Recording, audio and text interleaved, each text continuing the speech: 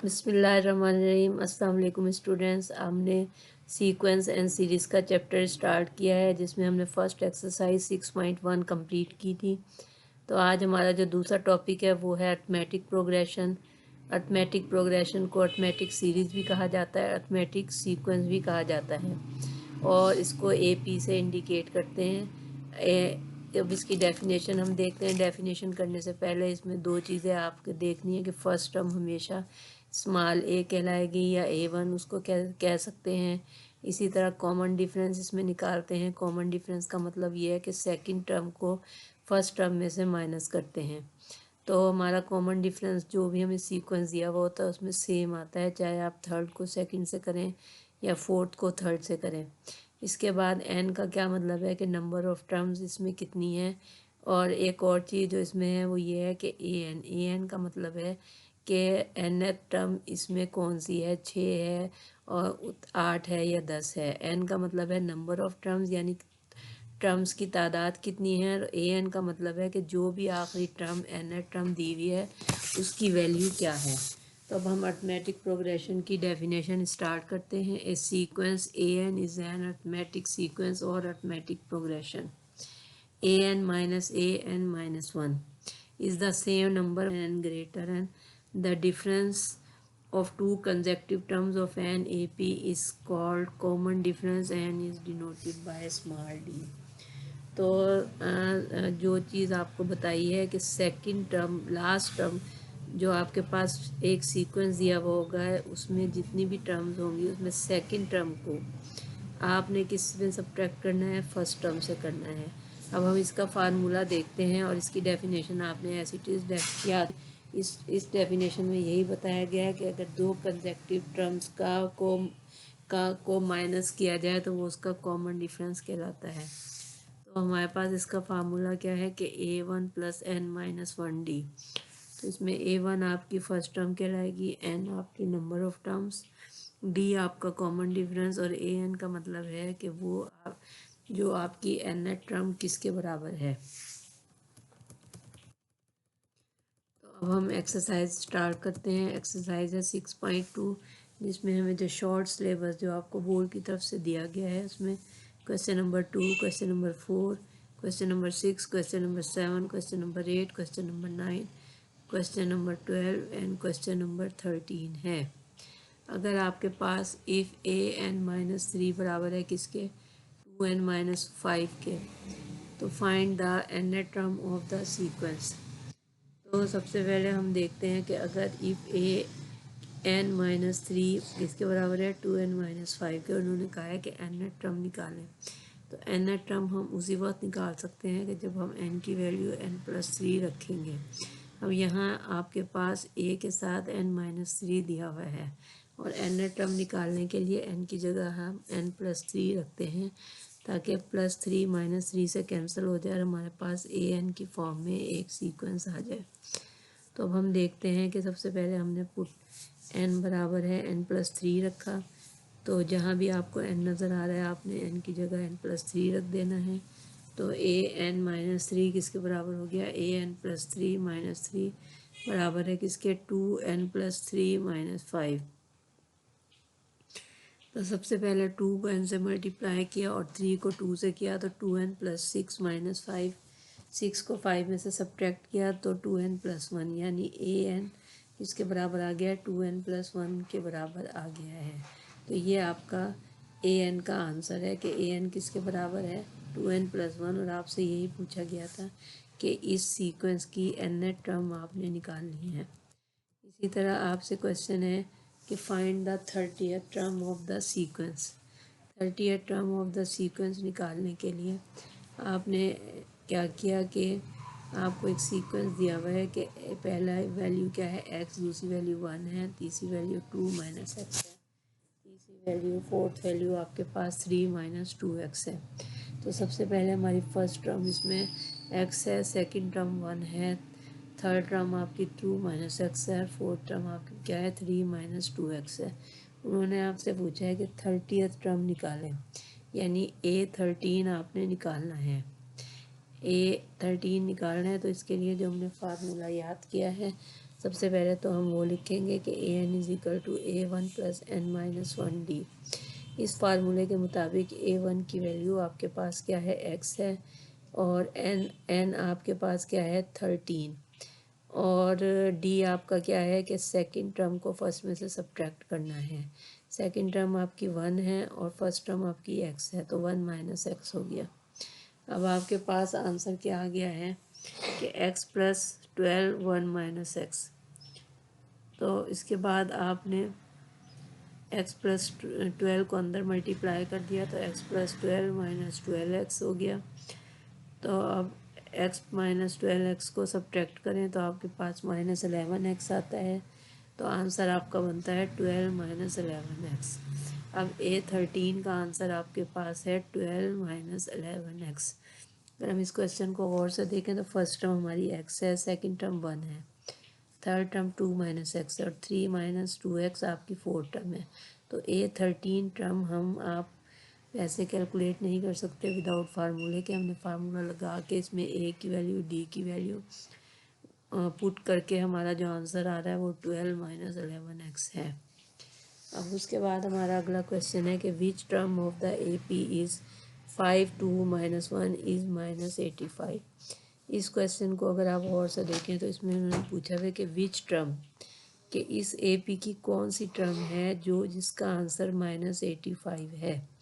यानी हमें first term भी गिवन है, हम डी भी निकाल सकते हैं, लेकिन हमें n नहीं पता है नंबर ऑफ टर्म जिसका आंसर माइनस 85 है। तो n कैलकुलेट करने के लिए सबसे पहले हम a की वैल्यू लिखेंगे, फिर कॉमन डिफरेंस निकालेंगे d, तो वो 2 माइनस 5 किसके बराबर हो जाएगा, माइनस 3 के बराबर। इसी तरह an उन्होंने बताया हुआ है कि वो माइनस 85 है, जबकि n हमें मालूम नहीं है कि वो क्या है। तो सबसे पहले हम फार्मूला लिखेंगे और उसमें वैल्यूज़ पुट करेंगे। an की जगह हमने माइनस 85 दिया हुआ है, क्योंकि उन्होंने क्वेश्चन में दिया हुआ है कि which term of the AP, n हमें मालूम नहीं है।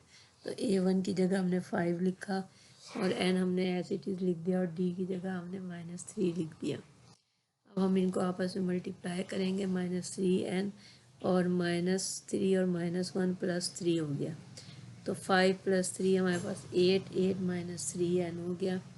अब आपकी मर्ज़ी है कि माइनस 85 में से 8 दूसरी तरफ ले जाएं तो माइनस 8 हो जाएगा, माइनस 3n इस तरफ रह जाएगा, और उसके बाद माइनस 93। तो n की वैल्यू क्या आ गई, 31 आ गई है, क्योंकि माइनस माइनस प्लस हो जाता है। इसका मतलब है कि 31 टर्म का आंसर माइनस 85 है। अगर आप चाहें तो 8 माइनस 3n जैसे आया है तो आप 3n को दूसरी तरफ ले जाएं, और 85 चूँकि पॉजिटिव में है तो वो 8 माइनस में है, तो दूसरी तरफ आके पॉजिटिव 85 प्लस 8 हो जाएगा। जिस तरह भी आप कहेंगे आंसर आपका पॉजिटिव 31 ही आएगा। इन दोनों तरीक़ों से आप कर सकते हैं। इसी तरह क्वेश्चन नंबर 7 है कि माइनस 2 4 10 माइनस 148। इसमें a की वैल्यू माइनस 2 है, d की वैल्यू आपकी क्या है कि सेकंड को फर्स्ट में से सब्ट्रैक्ट करना है। जब सेकंड को फर्स्ट में से सब्ट्रैक्ट करेंगे तो 4 माइनस और उसके बाद माइनस 2, तो माइनस माइनस प्लस 2 हो जाएगा। तो d आपका 6 आ रहा है। और जिस तरह पिछले क्वेश्चन में उन्होंने कहा है कि which term of the AP की कौन सी टर्म माइनस 148 है, तो हमें n मालूम नहीं है, तो हम बिल्कुल उसी तरह फार्मूले में n की जगह n ही लिखेंगे और n का आंसर हमें निकल आएगा। a की वैल्यू लगाएंगे, d की वैल्यू निकालेंगे, an लिखेंगे और आंसर फाइंड आउट कर लेंगे। उसके बाद हमारा अगला क्वेश्चन भी बिल्कुल सेम यही मेथड है कि which how many terms are there in AP, जिसमें A1, अब इसमें कोई सीक्वेंस नहीं दिया हुआ, उन्होंने जस्ट आपको अलग अलग बता दिया है कि A1 आपका 11 है, AN आपका 8 है, D आपका माइनस 37 है। अब इसमें वो आपको कह रहे हैं कि आप इसमें जो है n की वैल्यू निकालें, हाउ मैनी टर्म्स, यानी कितनी टर्म है, तो n की वैल्यू निकालनी है। इसमें भी आप फार्मूला लिखें और जहाँ जहाँ an है an की वैल्यू लगाएं, a की वैल्यू 11 लगाएं, d की वैल्यू 3 लगाएं। 3 को n से मल्टीप्लाई करें तो 3n माइनस 3 हो जाएगा। 68 को 11 से सब्ट्रैक्ट करें, 11 जब दूसरी तरफ जाएगा तो नेगेटिव हो जाएगा। तो 11 माइनस 3 आपके पास क्या बचता है, 8 बचता है। तो 3n प्लस 8 आंसर है। तो अब 68 में आपने 8 दूसरी तरफ ले जाएंगे तो -8 हो जाएगा। उसके बाद 3n, अब ये 60 आ जाएगा, 68 - 8 बराबर है 60 के, और 3n, अब 3 को 60 से डिवाइड कर दें तो n की वैल्यू 20 आ रही है। इसका मतलब है कि 20th टर्म है जिसमें an हमारा 68 के बराबर था। तो n की वैल्यू कौन सी है, नंबर ऑफ टर्म्स हमारी कितनी है, 20 है। If nth term of the AP is 3n - 1, find AP। अब ये बहुत इजी क्वेश्चन है, पिछली एक्सरसाइज से मिलता हुआ है कि इसमें nth टर्म तो उन्होंने बता दी, इसमें उन्होंने कहा हुआ है कि आप इसमें सीक्वेंस निकालें। तो आप n की जगह 1 2 3 पुट करें तो आपका एक सीक्वेंस आ जाएगा। जब आपने n की जगह 1 पुट किया तो 3 - 1 2 आ गया। जब आपने n की जगह 2 पुट किया तो 3 2 आर, n की जगह 2 पुट किया 6 - 1 तो ये 5 हो गया। जब n की जगह 3 पुट किया तो 8 आ गया। तो n की जगह 4 पुट किया तो आपके पास 11 आ गया। फाइंड द nth टर्म, 4/3 का स्क्वायर, 7/3 का स्क्वायर और 10/3 का स्क्वायर। अब इसमें आप देखें कि ऊपर न्यूमरेटर में आपका 4 है और डिनोमिनेटर में हर वैल्यू में जो भी फ्रैक्शन में 3 3 आ रहा है। इसका मतलब है न्यूमरेटर आपका डिफरेंट है जबकि डिनोमिनेटर में आपका 3 सेम है। तो हम इसमें देखते हैं कि we note that from the given sequence of numerator का जो सीक्वेंस बन रहा है वो 4 7 10 सो ऑन बन रहा है। इसमें फर्स्ट टर्म आपकी 4 है और डी आपका क्या है, 7 - 4 3 के बराबर है।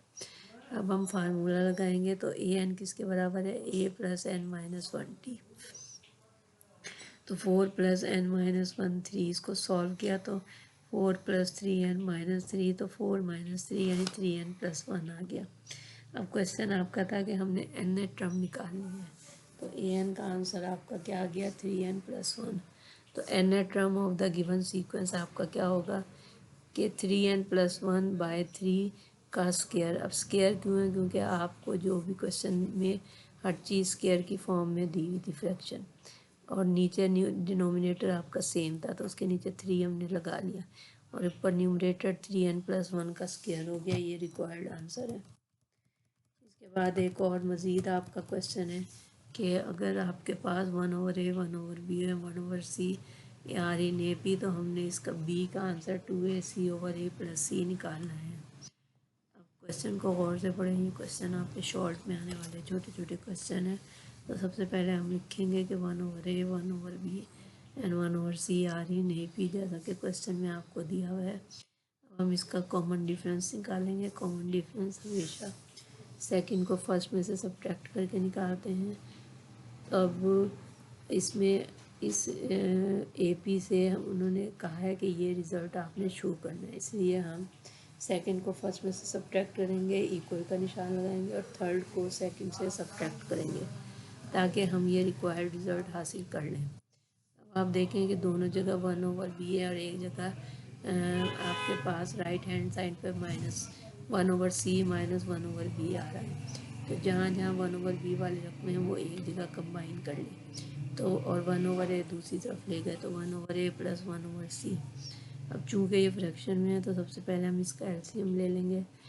जब हम राइट हैंड साइड का फ्रैक्शन एलसीएम लेंगे तो नीचे ac आ जाएगा और ऊपर c + a। अब c + a can be written as a + c, क्योंकि इसमें कम्यूटेटिव लॉ अप्लाई हो रहा है और एडिशन में कम्यूटेटिव लॉ अप्लाई हो सकता है। तो c + a can be written as a + c। अब आपने लेफ़्ट हैंड साइड में आपने जब उसका एलसीएम लिया तो आपका डिनोमिनेटर सेम था b और ऊपर 1 + 1 यानी 2/b आ गया है। अब आप ये 2 जो है क्रॉस मल्टीप्लाई करके ac के साथ ले जाएं तो ये 2ac बन जाएगा। यह स्टेप हम इसलिए कर रहे हैं कि हम ये रिज़ल्ट लाना चाहते हैं। अब b की क्रॉस मल्टीप्लिकेशन करें तो 2ac ऊपर चला जाएगा और a + c नीचे आ जाएगा। ये b का आंसर है। तो ये हमारे पास आंसर कंप्लीट हो गए हैं, एक्सरसाइज कंप्लीट हो गई है और ये सारे क्वेश्चन आपके बहुत इंटरेस्टिंग और इजी हैं और इसमें जो ये क्वेश्चन आपके शॉर्ट में आने वाले हैं और पेपर पेपर में इन क्वेश्चन से 2 नंबर का शॉर्ट बनेगा। तो इन क्वेश्चन को अच्छी तरह आप पेपर के पैटर्न के पॉइंट ऑफ व्यू से तैयार करें। Thank you.